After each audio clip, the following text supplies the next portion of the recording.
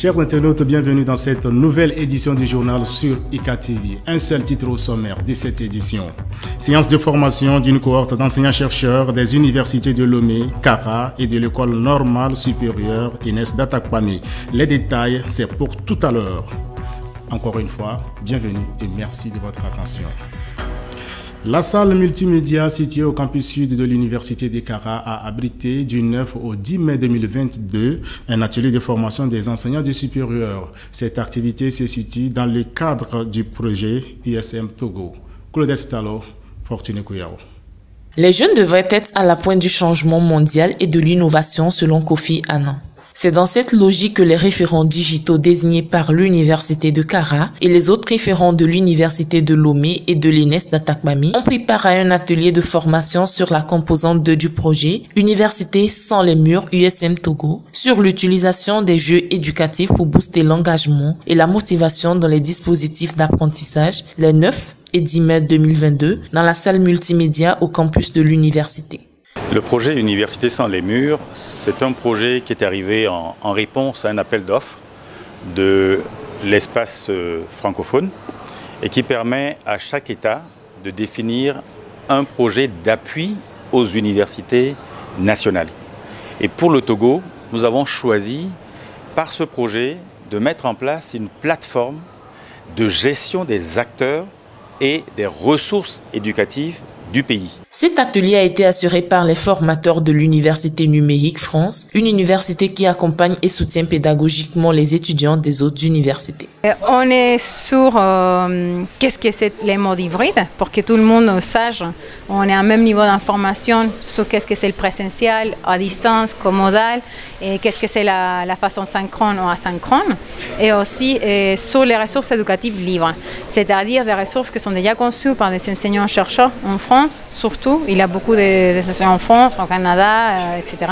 Et que ces ressources, ça sert aussi à ces éléments de cours pour les enseignants. C'est-à-dire qu'il y a déjà des choses qui sont faites et que ce n'est pas nécessaire qu'ils produisent des zéros. L'idéal, c'est de réutiliser ce type de ressources. Cette initiative innovante a pour vocation de développer des modèles d'enseignement hybride des universités fondés sur l'utilisation du numérique en veillant à faciliter l'accès à une connexion Internet à haut débit. C'était donc l'occasion pour les participants de bien s'outiller afin de mettre en pratique ce projet d'université sans les murs. Je peux dire que c'est quand même une initiative qui est quand même à saluer. Ça permet de revisiter les méthodes qui sont utilisées dans la pédagogie et surtout au niveau de l'enseignement. Et par rapport également à la situation actuelle qui a dû bouleverser les méthodes prédéfinies de l'enseignement où il va falloir forcément être en présentiel avant que le professeur soit en mesure de vous dispenser les cours. Ça permet également de mettre à jour les prérequis qu'on a eu à avoir de par les nouvelles technologies à utiliser dans l'enseignement. Vraiment, je trouve que la formation est venue à point nommé. Effectivement, on avait déjà appris, on avait déjà eu des formations avec Moodle, mais celle que nous avons ce matin ou bien celle que l'on vient de démarrer, vraiment apporte vraiment un plus à ce que nous connaissions déjà. Et effectivement, donc, je crois que jusqu'à la fin de la formation, nous serons beaucoup plus outillés avec des éléments que nous n'avons pas avant. Cette formation se poursuivra à l'université de Lomé dans la grande salle de réunion de Ouaskal les 12 et 13 mai 2022.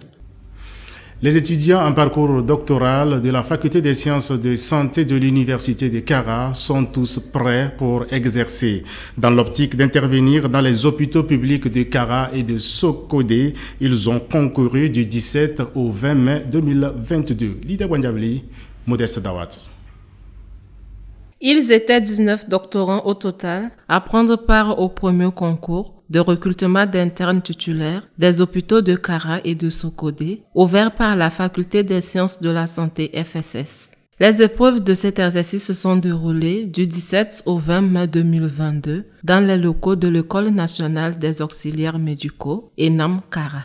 En amont, les candidats ont déjà le programme et ceux qui préparent l'internat, habituellement, il faut commencer tôt pour avoir des chances de réussir parce que justement, il y a des questions qui sont étudiées dès la première, deuxième année. Donc, il faut commencer tôt. Et il y a également des anciens internes qui jouent un rôle important. Et les maîtres également, quand ils sont identifiés, on organise des conférences d'internat et comme on le dit, un concours demeure un concours. Ceux qui se sentent bien préparés, bien sûr, auront la chance d'être réussis. L'évaluation s'est faite en 2 phases, une première phase écrite et une seconde phase orale. Au terme de ces 4 jours de concours, les candidats pour être retenus devront avoir une moyenne supérieure ou égale à 12.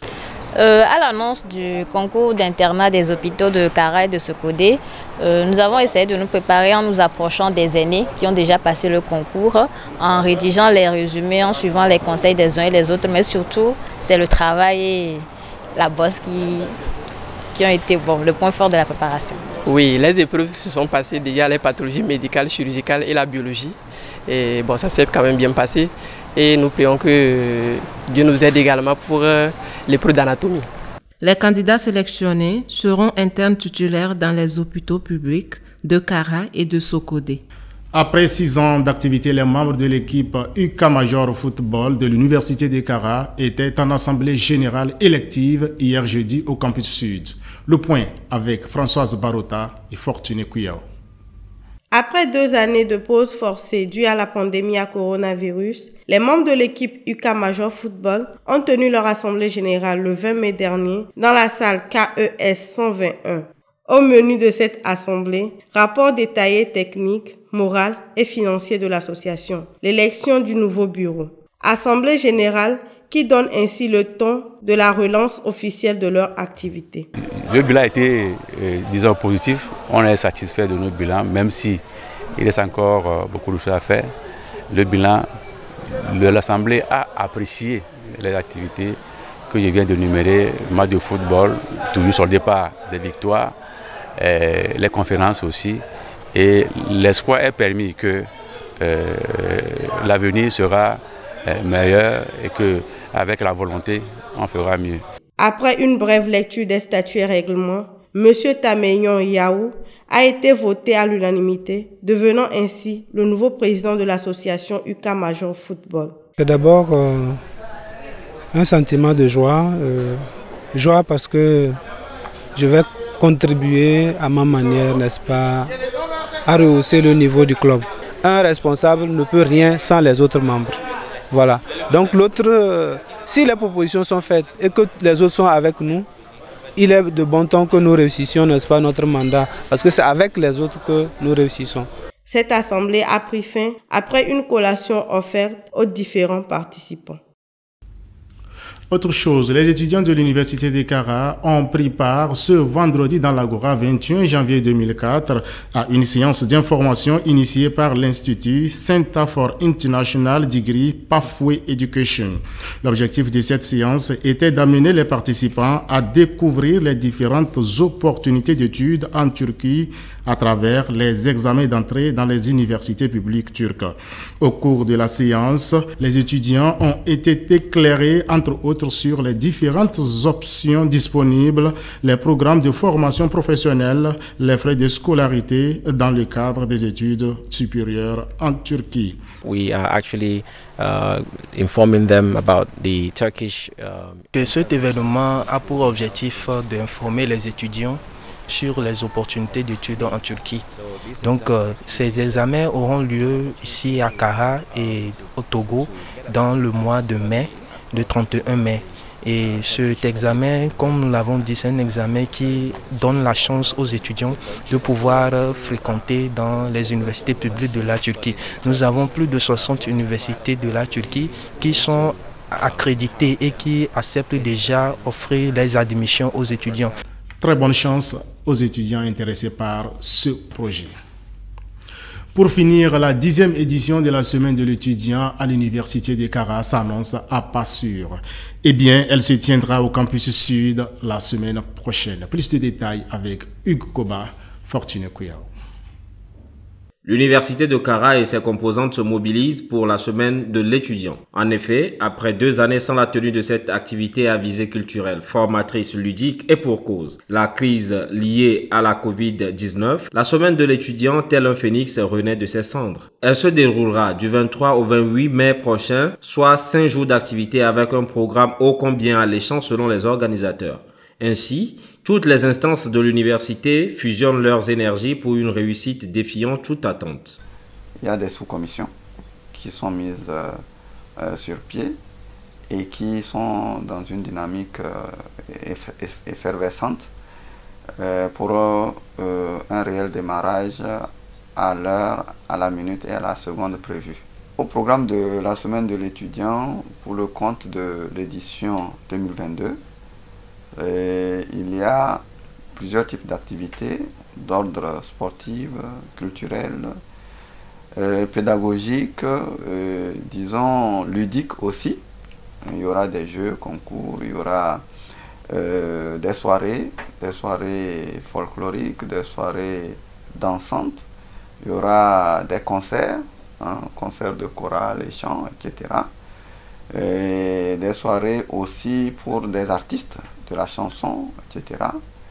Il y aura des activités d'ordre, disons, pédagogique aussi parce qu'il y aura des formations, il y aura des sensibilisations, il y aura, disons, beaucoup d'activités qui seront dédiées aussi aux facultés puisqu'il y a ce que nous appelons les journées des facultés où chaque faculté aura l'occasion de concocter son programme auquel seront conviés tous les membres de la communauté universitaire de Kara et environ. Après plusieurs mois d'activités pédagogiques, cette semaine vient selon les étudiants au bon moment et cela est bien mérité. Ils attendent dès lors en profiter au maximum. Et particulièrement pour moi, j'attends vivre une semaine d'activités récréatives et comme activité récréative des séances de jeux sportifs et des matchs de football et aussi des ateliers de formation sur des thématiques qui répondent aux besoins des jeunes par rapport à leur formation académique et puis leur future carrière professionnelle. Nous aimerions avoir au cours de cette semaine des activités récréatives, des jeux et surtout des conférences très éducatives pour nous. La communauté universitaire souhaite bonne semaine de l'étudiant à toutes et à tous dans le strict respect des mesures barrières. Fin de cette édition, je vous en rappelle le seul titre au menu. Séance de formation d'une cohorte d'enseignants-chercheurs des universités de Lomé, Kara et de l'école normale supérieure Enes d'Atakpamé.